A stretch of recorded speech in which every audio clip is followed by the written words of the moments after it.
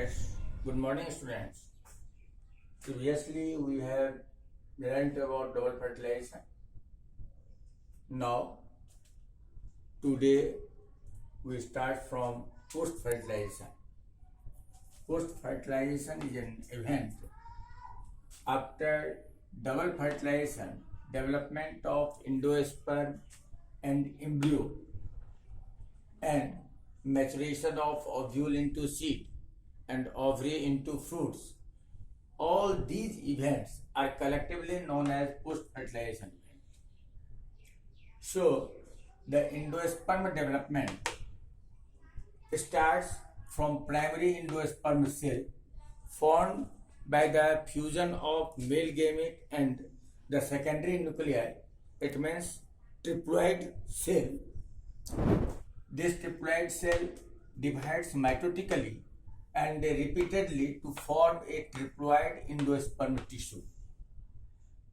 These cells of the endosperm tissues are filled with nutrients to provide nutrition for developing embryo. In most of the cases, the primary endosperm nucleus undergoes successive nuclear division without cell wall and give rise to free nuclei states. For example, in the water from tender coconut with free nuclear endosperm, water filled in the coconut is the free nuclear endosperm, and this free nuclear endosperm again followed by cell wall formation.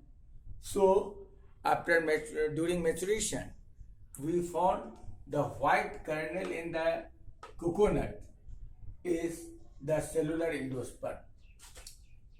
In the cereals like pea, groundnut, beans, endosperms completely consumed by the developing embryo before seed maturation. So seed is non-albuminous. It means without endosperm, without nutrients. In castor coconut, endosperm persists in the mature seed and may be used up during seed germination. So seed is albuminous.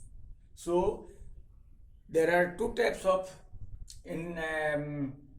seeds. One non-albuminous and second is albuminous. Embryo development or embryogeny. Embryogeny is the process of the development of embryo. Zygote is situated at the micropylar end of the embryo cell. When certain amount of endosperm is formed, then most zygote redivides to develop embryo. The early stage of embryogeny are similar in both embryo, dicot embryo or monocot embryo. But the level of cotyledons, then it is if pre-embryo, it gives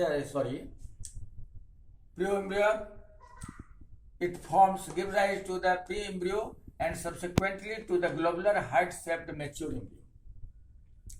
So, a typical dicot embryo consists of an embryonal axis and two cotyledons. If embryonal axis is above the level of cotyledons, then it is epicotyle. If it is below the cotyledons, it is hypocotyle. The upper portion of embryonal axis terminates with the plumule or stem tips, and the lower end in the radicle or root tip covered by root cap. So a stem tip develops into stem or shoot, and root radicle or root tips develop into root.